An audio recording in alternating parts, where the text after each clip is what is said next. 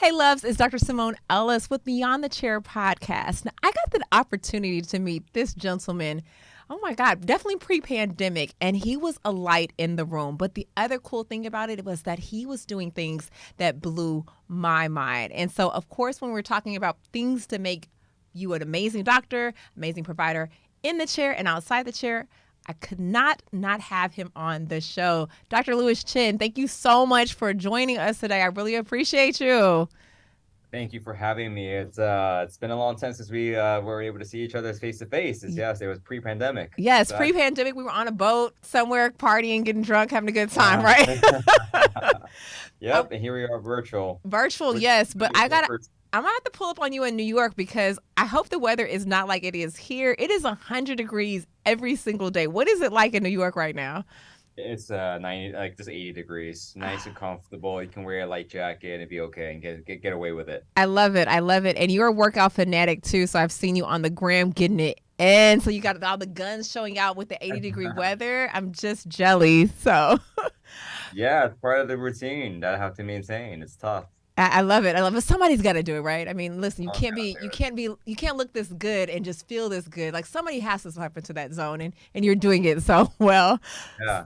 So let's talk a little bit today. Of course, today's topic is about leadership, and we're talking about you have an amazing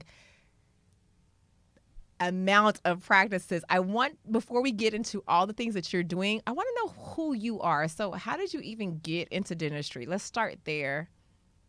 Yeah, I started when I was 18 years old, and I didn't come from a family of dentists, and I was actually an economics major in college, and I decided to make a pivot because just in case, being in healthcare, my parents suggested dentistry because it's a combination of art and just the healthcare field. So I decided to go and intern, and during my internship. I guess I was a socially awkward kid, which is surprising now that you look back at it. I was like, because You're 18 years you're old. very social now. So how are Yeah, you you would socially think, yeah, awkward? you would think it was not. And then I was sitting here in front of the patients, and my mentor was at the time was like, "Hey man, like you really got to learn how to speak to patients." And I was like, all right. I mean, I'm here to learn dentistry. And one tidbit I learned from him was really, I didn't want you to come here just to, learn dentistry. You're never gonna know what I'm doing, but I want you to sit there and learn how to speak to people. And Mm, that's kind of how I got into dentistry. And that the hand skills part, I think you can always learn. That's a skill set that you taught over the years. But learning how to speak to people, to patients, and treating them as human beings is very, very tough because I think oftentimes when we become providers, we wear this doctor hats, and this doctor hat gets in our way, and we don't see patients as human beings like yeah. anyone else. And that's how I started to propel in that field, and I really is very attracted to becoming a dentist in this industry. So um, and then yeah, and then after that, I saw the challenges of being in New York, where crowns are super expensive, and I just remember sitting there when I was 18. We have no concept of money, but we sit there and say like, well, okay, you're scratching your head, like I don't have that money available, like Right. I can't afford this crown, I can't afford this surgery. So then I said, man, this sucks. What about people who are looking for a good provider and can't afford it? So I was on a mission to say, well, I wanted to create an environment and space in which people can thrive and actually say yes more and really get the right care as well. So that's kind of how I then took that sort of concept into the multi-practice ownership route. Yeah, I love that. The first thing I wanted to connect with was I remember when I was an associate for a doctor, and he was like, there's a person attached to the tooth. And that changed my whole perspective of I'm not just diagnosing this tooth, but I'm actually looking at the person. So get to know the person first, and then the teeth will follow afterwards. And I think that a lot of times doctors do miss that opportunity. They become so stoic in who they are and just being MacGyvers to put the mouths back together. But the fun part is really getting to know people. So after you had that experience and you decided that, hey, I'm going to go into dentistry, I'm going to go ahead and open my office. For people who don't know you, how many offices do you own? Currently, our group, we have 12 to 14 offices at this very second and moment. Yeah, it's a pretty large. Golly. Yeah. How did you get to that? Like, I mean, that is, you were a DSO. And so, how did you even get there? A part of it is really partnerships, really is, leaning on people who you meet along the way because, having you're only one mind, and it's hard to break your mind to so many different places at any given points that you have to find people in your life that have strengths that fulfill your weaknesses, Hmm. and you can focus on your strengths. So, this is not possible without the people I've met in my life who can take ownership on their responsibilities and take ownership on the things they're passionate about. And we found this that to be really fruitful for us because everyone had a vision of wanting to do the best for others. And in order to do so, we banded together to make sure that was our vision, and delivering this sort of affordable, approachable care to dentistry to all the patients. Yeah, And we did you meet this group of people like at dental school? Like how did you meet this collective? And how many is yeah, in the collective? Yeah, this collective so happened to be all Columbia grads, and it's not by choice and design. It just so happened that, hey, you know what? You're familiar. I like you. I don't think we need to start the dating phase again. We have known you for years already. I think I know what you're trying to do. What are your thoughts of doing it together? So, and it ended up being coming that way, but we've kind of expanded our sort of breadth into other, people from other, schools, but it just so happened that our band right now is full of Columbia grads. Got you. How many people are part of the band? This band is pretty large. Everyone, I think, I don't know, like eight, nine different kinds of people. Okay. They all have their own authority and ownership in their practices. We try to create a more independent style like practice, even though we provide the services of management.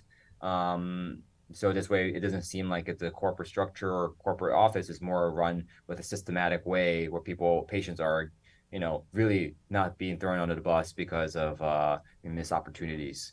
So So we focus on that. So how is your model different from like I know you talked about independent style practices. So for people who may not understand the whole DSO model, especially in comparison to like a corporate big DSO model like a Heartland as an example, how do you guys separate yourself from that, or how do you guys make yourself? How is that different? How's your setup different? Our setup is a little different because I mean I don't know how the current other big corporate companies actually structured their sort of really in partnerships with their doctors, but we try to have our owners take some equity, a larger stake in the company because we want the doctors to build a vision for themselves. Mm-hmm. Most of our current strategies is through ownership, through sorry, build outs, de novo build outs. So we don't particularly come in and say, here's the color schematic, here's the flooring, here are the tiles, or here's the design. We want the owner to say, this is your practice. What is it that you want to achieve, and how can we help you get there? So we are more focused on the owners taking authority on where they're trying to grow their practices, and we just help in that process. So we can assist in insurance verifications, we can assist in billing, we can assist in the constructions, the negotiations, procurement, the insurance credentialing, so on and so forth, so that the moment the owner comes in, they don't have to be afraid. They have people they can back them out, or people who have done it a couple times. So that's what makes us different, is that we actually hold your hand, and we want the owners to go in and say, well, at least I didn't have to go through all those Mm. hurdles and hoops to get to open this practice. We all share the burden together. Yeah, that's dope. That's super, super dope. So, when you first started out, did you know that that was going to be the way that you wanted to go, or were you just opening a single practice? Like, how do we get from one practice to 12 to 14?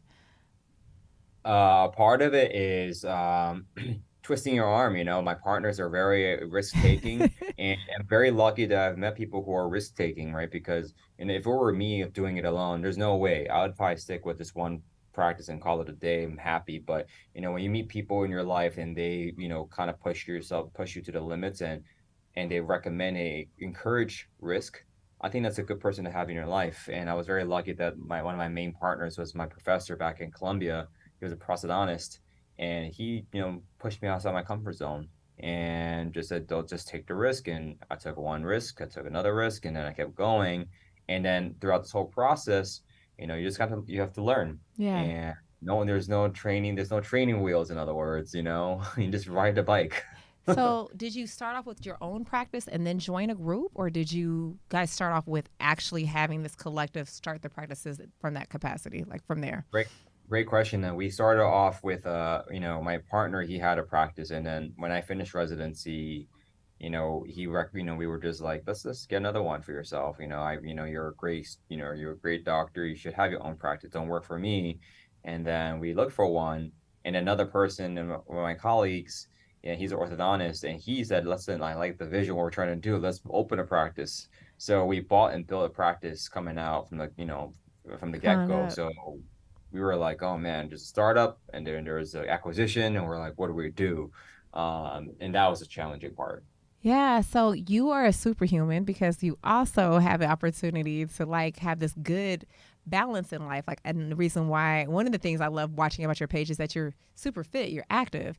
And so when I'm talking to doctors a lot, we know, of course, that burnout and stress is a real thing. So walk me through kind of like what are your ways about one for yourself? How have you not gotten into a burnout state with having all of those practices? You've been in the game for how long now?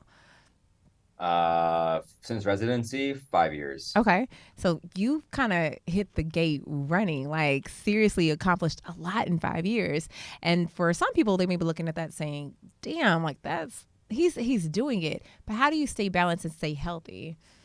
Well, you know what? You have to learn how to understand, again, I mentioned earlier, like people's strengths, because some people can be really strong and let them take ownership on their strengths. It's very hard. And then very early on, I realized that micromanagement was not the right way to oversee an operation. And that's Mm-hmm. what I was doing initially. And that created extreme burnout. But of course, it made sense since you were starting a practice with no blueprint, you had to create your own recipe, Right. and recipe was tough, and you go through many forms of refinements over and over again. Whereas, you get to the point now, you have some sort of platform or blueprint that you can subscribe to. And now we just kind of introduce into the offices and gives you a little bit more of a breather, because now it worked in one office, it can work in the other office. And then you lean on other people to help you and assist in the training process. So as you get bigger, you realize you just think more about how you can create teams that can assist you. And that's why I think that it's given me more bandwidth to do more, Mm. to have a breather, because I can lean on team members to take ownership on the responsibility. So that's, in other words, delegation. Did you ever Um, face like egos in the mixture of this, and how did you guys combat that? Yeah, well, there's egos in all forms, right? There's egos at the management level, there's egos at the office level. I went through this huge evolutionary shift in myself when as I worked with my partners, because most of my partners are, older. They have a better, different insight and a perception of things, and sometimes I just lose sight of that. So, Mm. having people to tell you things or give feedback, constructive feedback, whether they're tough criticisms or generous criticisms, right? You just, swallow your ego, you go back to the drawing board and assess, what are the things that I can improve on to be a leader? Because the only way you can keep growing is to become a better leader. So, having those tough conversations and being receptive to change and criticism is really important. And that allows you the opportunity to think bigger.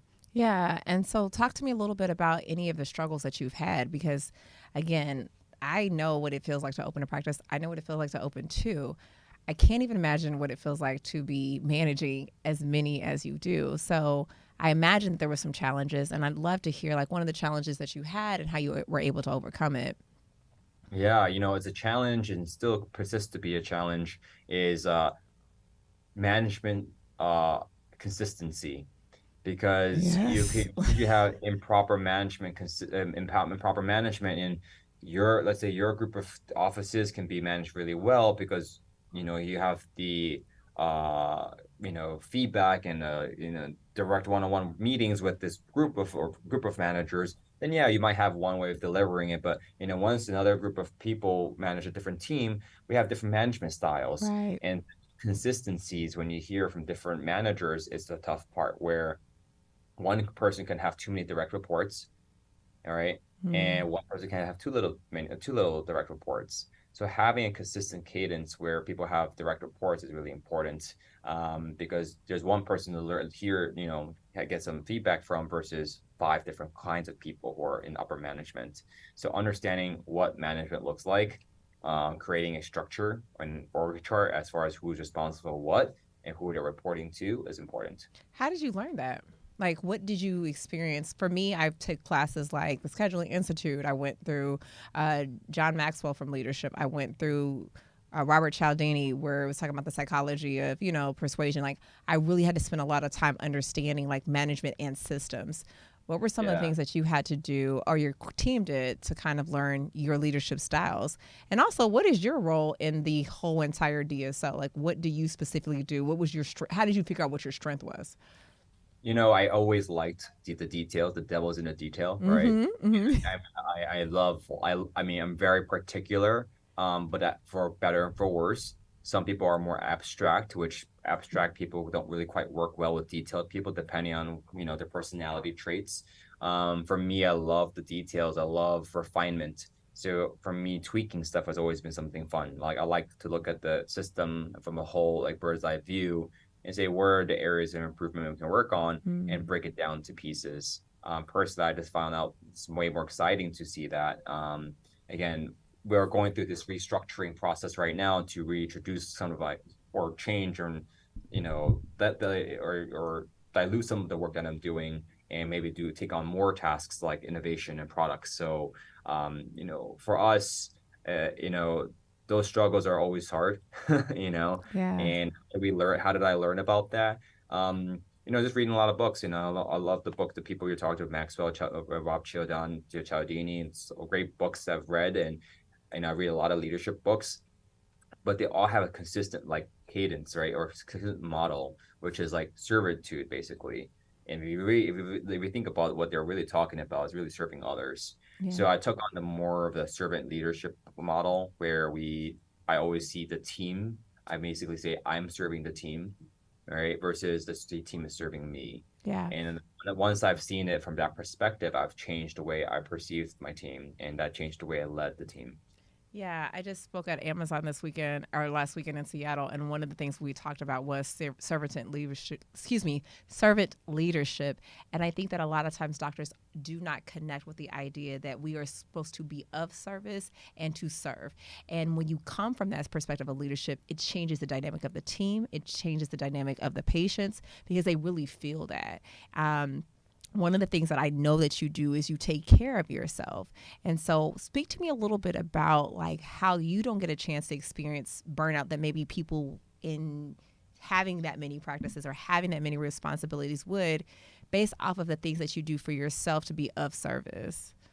Well, one of them, which is, you gotta check yourself first before you walk in the door. So it's check your weather report. Mm. For me, is basically, I have to make sure that, as no matter how tired I am, once I get to the door, get to the gym, the first people I want to look at are not the people from the office. The first people I want to work at are the people at the gym, actually, because they're Mm. all have a common, consistent uh, schedule, and they were very regimented.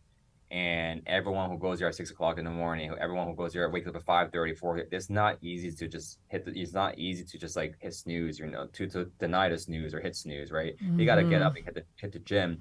But I just know that every person walking in that gym or working out at the gym has like a goal, Yeah. and they're consistent. They're always there every single day.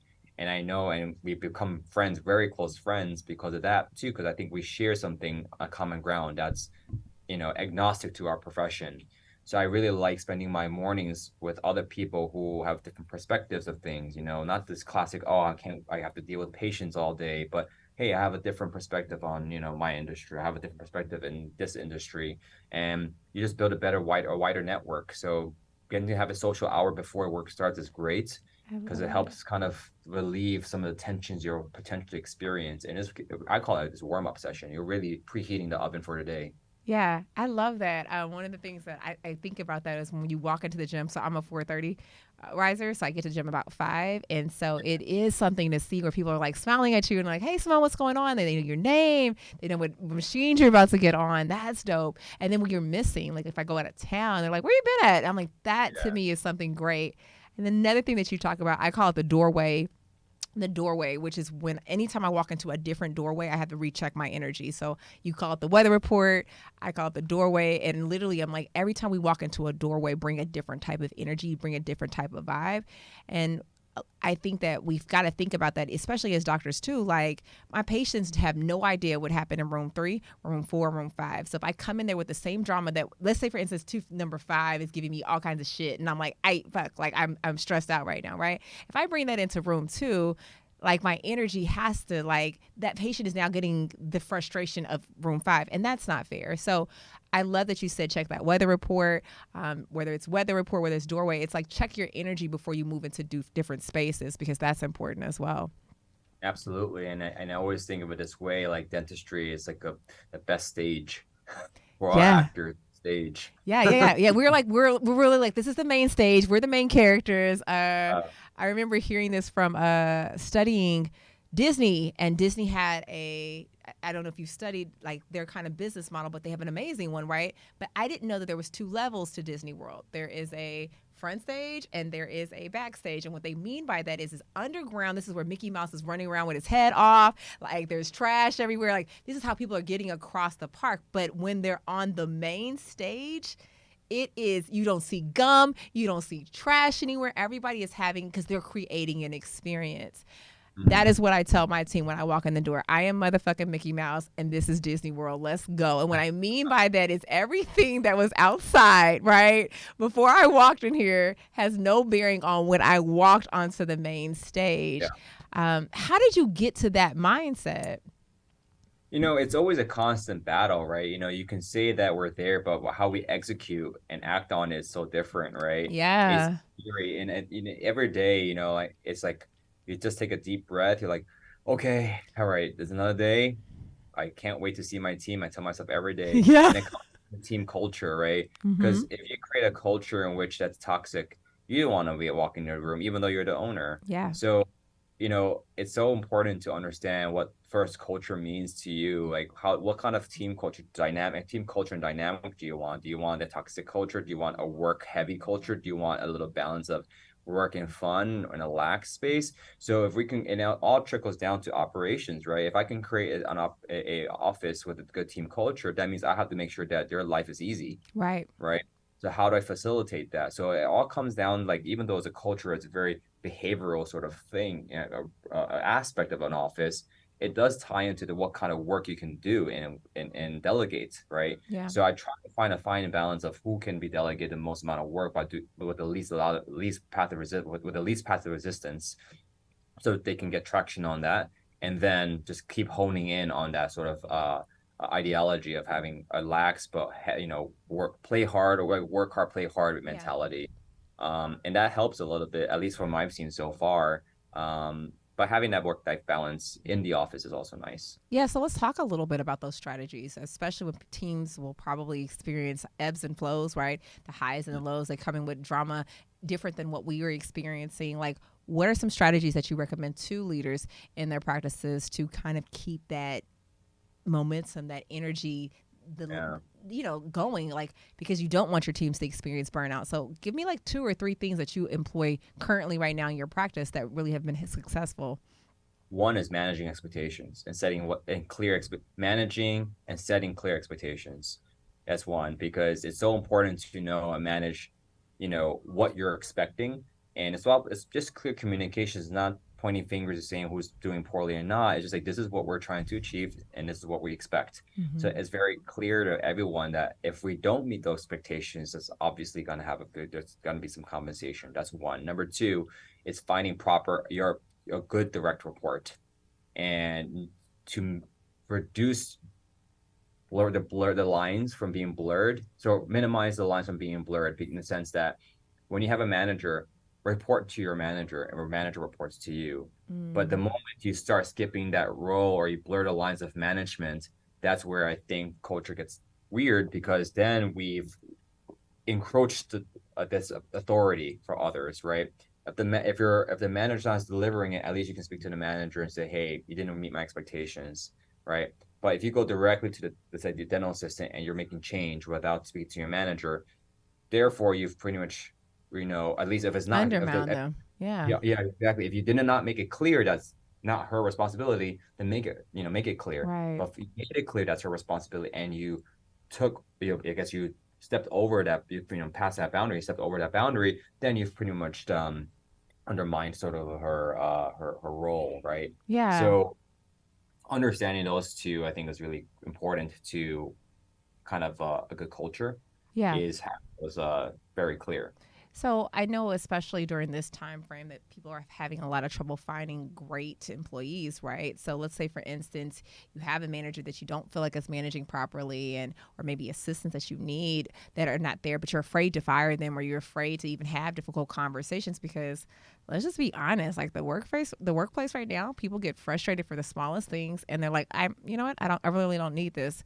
What are some of the strategies that you're using to kind of keep not only being able to hold people accountable and not being fearful of losing a team?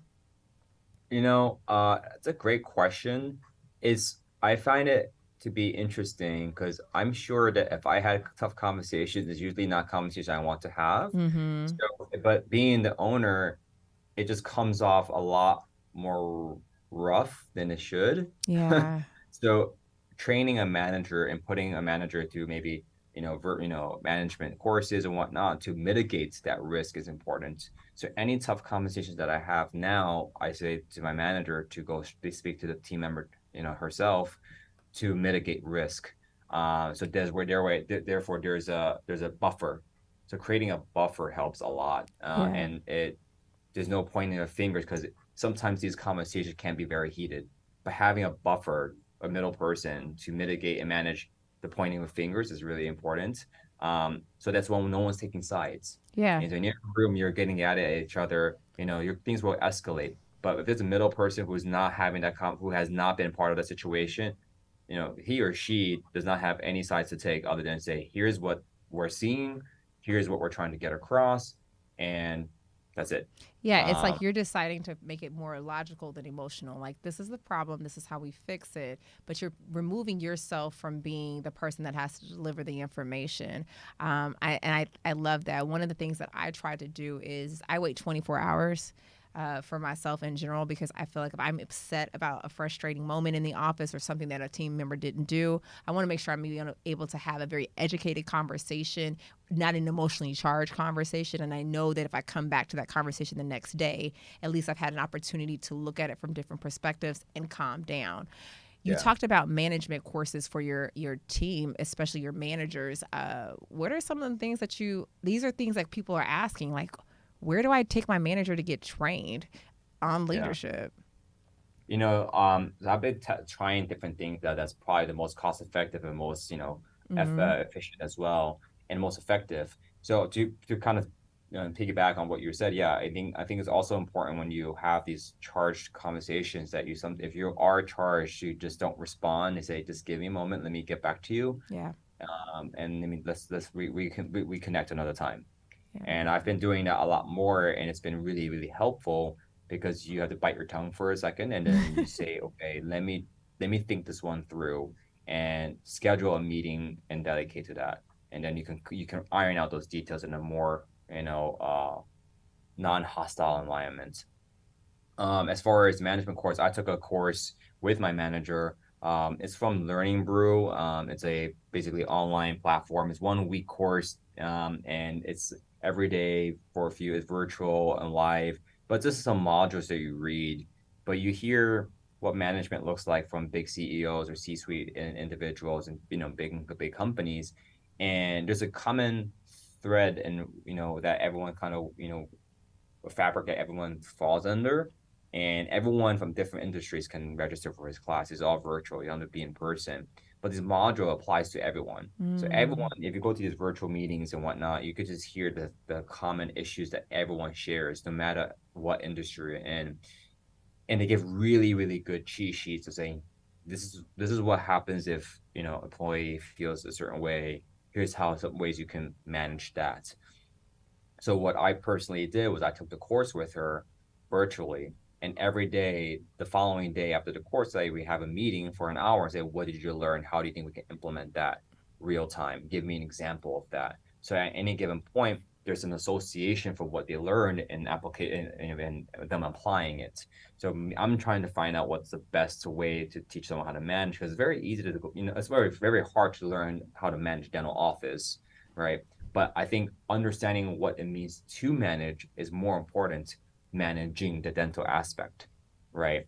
So that's why I didn't want to put people through courses that are dental specific, because I think you can learn that, but you can't learn how to manage people. Absolutely, absolutely. I think that we get really pigeonholed in as dentists. Oh, I got to only take dental courses.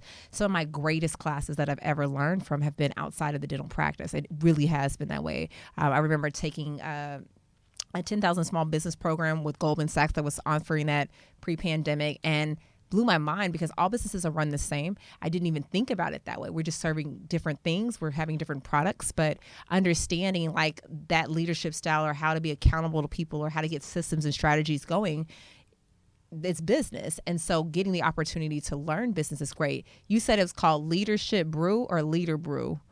Learning Brew, Learning Brew. I'm happy to share that link with you if you want to Yes, look at I'll it. make sure I drop it into the notes for this podcast for sure because I think that Yeah. that's really dope. Yeah. And it's a 1 week course, and it's super fast to learn. And I think it was a great exercise, because I would always chime in after the meeting and say, "What did you think? What did you think? What did you think?" I was like, "Hey, we like these points here. Yeah, What do you we can introduce that for yourself as a manager." So in essence, I'm creating this environment where we're learning about what that looks like, yeah. and reinforcing it in a cyclical manner where I'm learning to manage you and you're learning to manage me, and we're working together, and therefore you're more confident in learning how to manage others. Yeah, Lewis, let me celebrate you on that because I think enough doctors don't take the time to actually take a course with their team and actually ask for feedback back, right? You send them and you're just like, okay, I expect for you to come back and actually do everything. But one of the things that I told one of my managers, not in a bad way, it was like, you have to remember that a lot of times the working class or the people that we're working for, the 99%, and you're trying to move into the 1%, which means that I need them to understand sometimes ways that are not your ways, not in a bad way. It's just like we have to bring the people up with us. We're trying to push them over to that 1%. Mm-hmm. And doctors, one of the things that I used to get frustrated with at the very beginning of practice ownership, which I've been, 14, almost 15 years now, was I didn't understand why people didn't think like me. And then I realized, I was like, well, wait a minute. They haven't had the same access to things that I have. So first, it's my responsibility to start bringing them with me, right? Doctors expect their teams to perform and do all these things. But I'm like, how much have you invested time, energy, and effort into the people that you want all these things for? So, do you have a certain number of CEs that you do? Are you required? Do you invest a certain dollar amount into your team? How do you make sure your team is as strong as you are? Well, I think a large part is, again, you have to be with the team and actually actively participate. You can go to CEs and whatnot and do your own thing. You just enjoy a nice meal with your family and whatnot, but really sitting down and creating a plan and really caring for their growth. I think a part of it is, generally speaking, is there a way in which I can help you grow and elevate as a person? Finding a purpose is really meaningful to me, Mm, and finding elevating others to grow is really meaningful to me. So if I can find a path in which people can succeed based off the resources provided to them, then I would for sure, go full throttle and making sure they grow. Because I think at the end of the day, everyone needs to grow in some shape or form. People yeah. cannot stay stagnant. But my strategy was not to send them to multiple CEs. My strategy is to make sure that there is a path, and there's a clear path to where you could go given what you've demonstrated.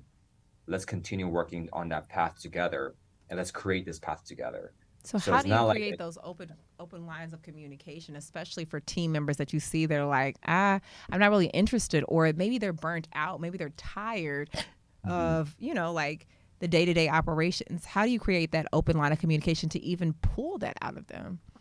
well, purposeful recognition is really important. Really sitting there and identifying times in which people should receive recognition and saying, "Listen, I really like what you did there today. Great job."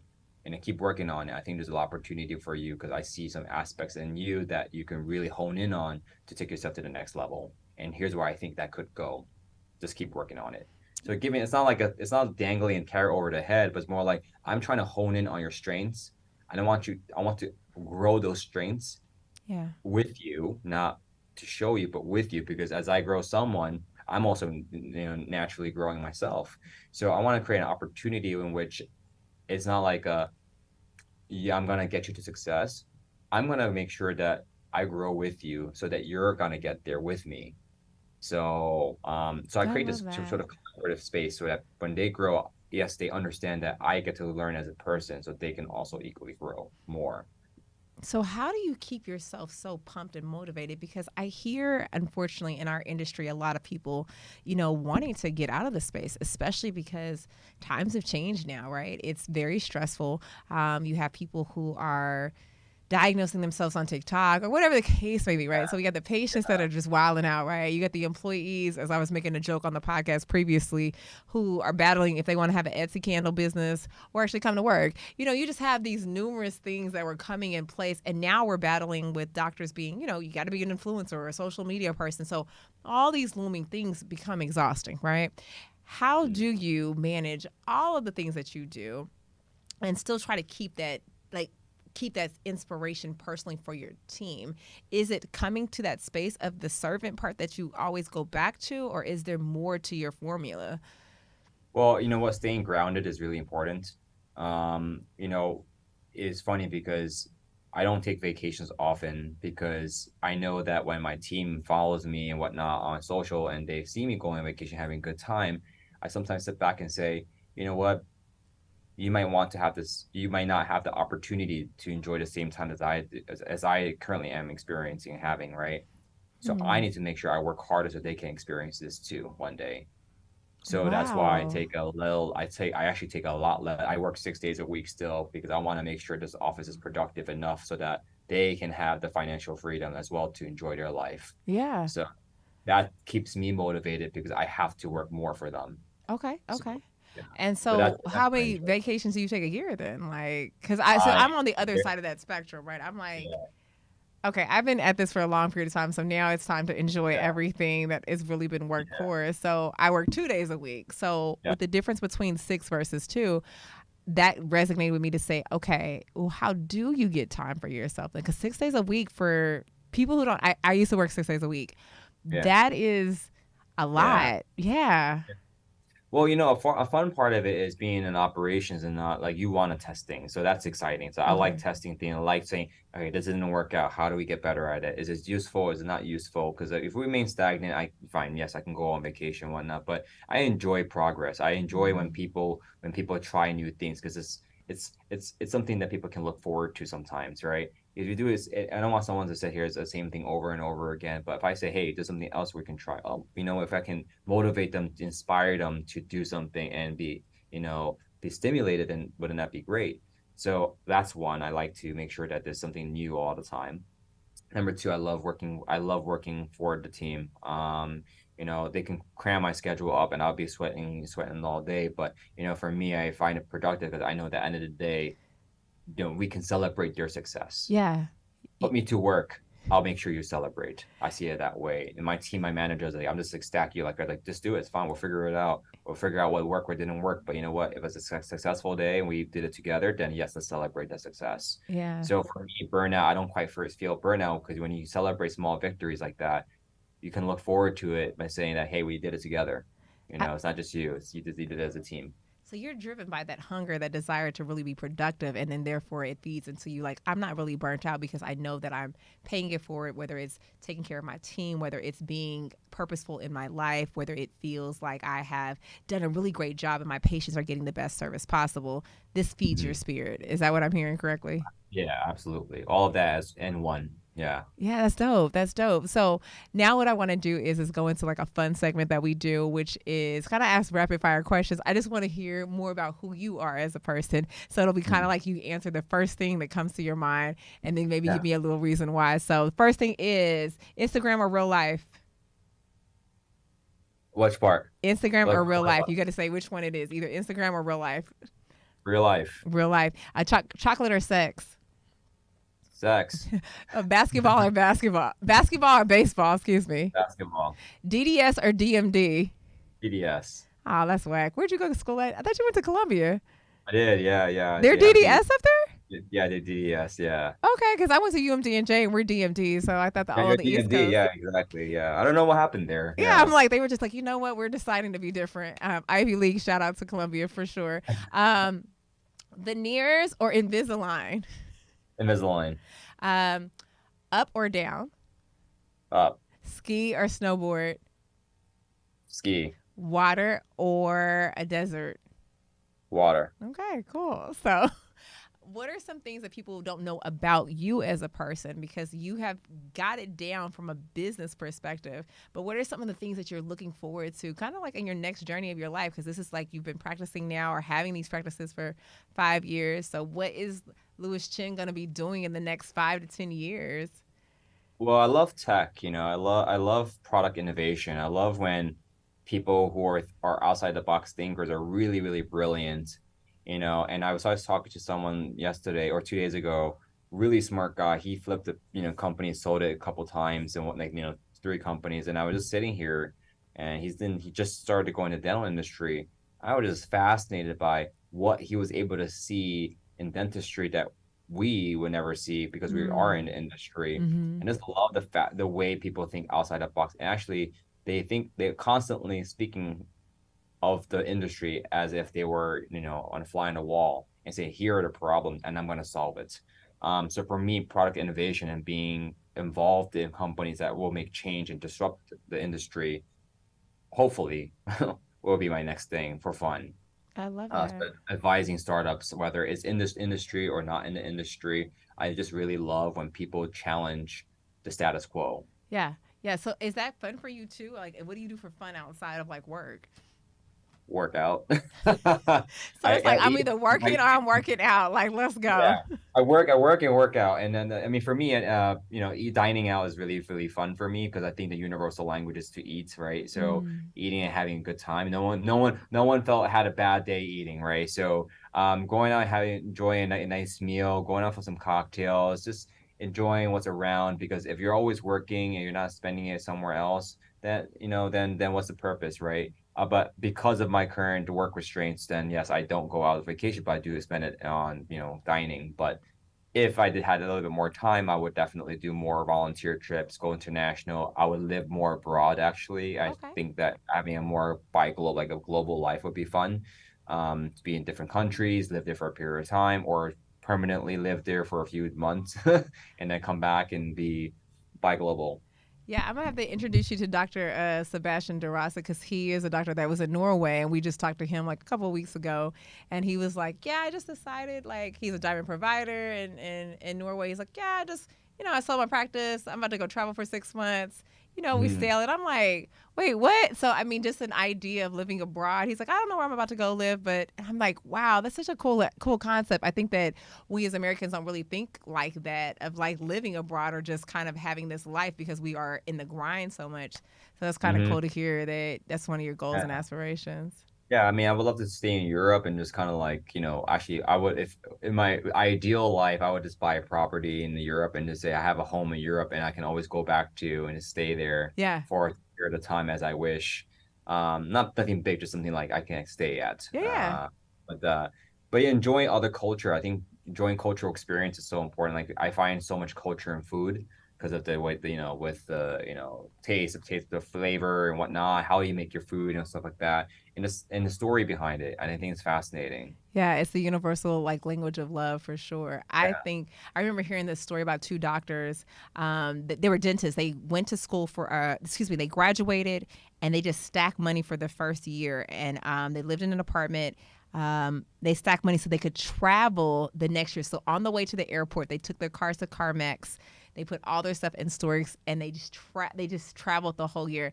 And I remember Oh, hearing this right after I had already opened my office, and I was like, "Fuck!" Like I was just like, "That is such a good ass idea." Because once you're in the practice, like you're doing, you're on grind mode. You're continually building the practice. But that idea was such a novel idea. So any new grads that are listening, not a bad look. Like stack that money, and then they lived in an apartment, pretty small, but they were like they traveled the entire year, and just hearing their experiences, I was like, "Oh my yeah. god, wouldn't that be dope?" Yeah, yeah. Just enjoy when you have the energy to do it. Yeah, use it. Yeah. Yeah, because we get old. Like I'm half deaf. My hip is hurting. Like I can't. My hand is like. Yeah, yeah, yeah. So, Lewis, I appreciate you so much for being on the podcast today. I do want people to be able to connect with you. And then also, I was just curious, do you guys have that service where for people who are interested in possibly either selling their practices to a DSO or maybe even learning from your services and being able to create their own, how can they connect with you? Just reach out to me through Instagram. It's dr.lewischen, dr.lewischchen. Happy. I'm always a resource. One thing I've learned is that sharing is caring, and you just really shouldn't need to just keep all the information to yourself. There's plenty of mouths fixed. There's plenty of money to be made. Why don't we just all enjoy it together? I There's love really it. no need to keep it to yourself. I love it. I always say I could only save so many teeth at a time. So thank you so much, Lewis, for being on here. Guys, this is Beyond the Chair. Please be sure to like, subscribe, and if you enjoyed this episode, share it with your friends because this information does not need to be just to you. It should be to everyone. Thank you, guys.